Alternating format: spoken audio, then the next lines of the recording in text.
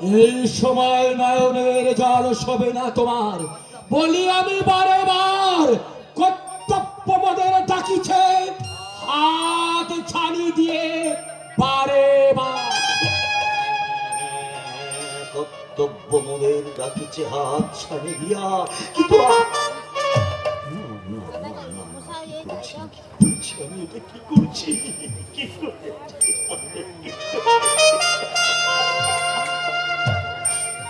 বেশ, জানকী উদ্ধারের পরে রাঘব সাজিছে আজি নির্মম কান্দ। নীতি ধর্ম বিসর্জন, আমি হয়েছি ঘাত।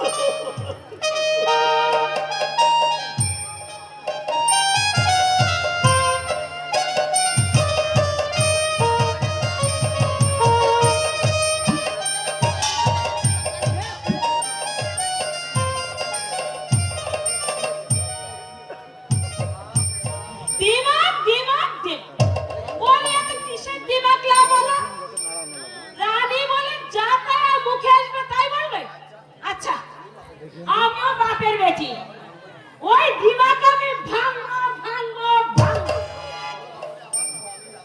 আগে কোন রকমে আমার স্বামী রাজা হোক, তারপর আমি রানী ঘরে বসে কট্টর কট্টর করে পাঞ্চি বাবা আর ওই মুন্দাদারিকে নিয়ে আমার পাটি, তবে আমার নাম বিকটা সুন্দর।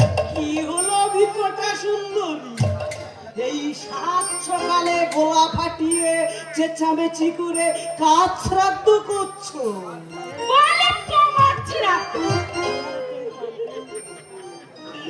আমি যে এখনো জলজাম তো বেঁচে আছি প্রাণেশ্বরী। আর প্রাণেশ্বরী মানে সোহাগ করতে হবে না, আমি ওই জ্যান্ত স্বামীর শ্রাদ্ধ। তা করো, তা করো, জ্যান্ত স্বামীর শ্রাদ্ধ করো, করো। ওতে না তোমার অনেক অনেক অনেক পুণ্য হবে, আর আমিও পেট ভরে দুটো ভালো মন্দ খেতে পারবো। বলছিলাম কি, ও প্রাণেশ্বরী, কি হয়েছে? আসল ব্যাপারটা কি, তুমি যে এই সাত সকালে গোলা ফাটিয়ে চেঁচামেচি করছো কেন? ও করবো না। আজ রানী মন্দাদারি আমাকে ডেকে বললো তোমার স্বামীকে একটু সোজা হয়ে হাঁটতে বলো, নইলে ফল ভালো হবে না। ও ও ও এই কথা। কথাটা গায়ে লাগে না বুঝি? বলে ওই দোস্তুর মতন আমাকে অপমান করলো। তার বুঝিনি, তবে তবে কি? হ্যাঁ বলছিলাম কি, ওগো ওগো আমার প্রাণেশ্বরী, রাগ করো না।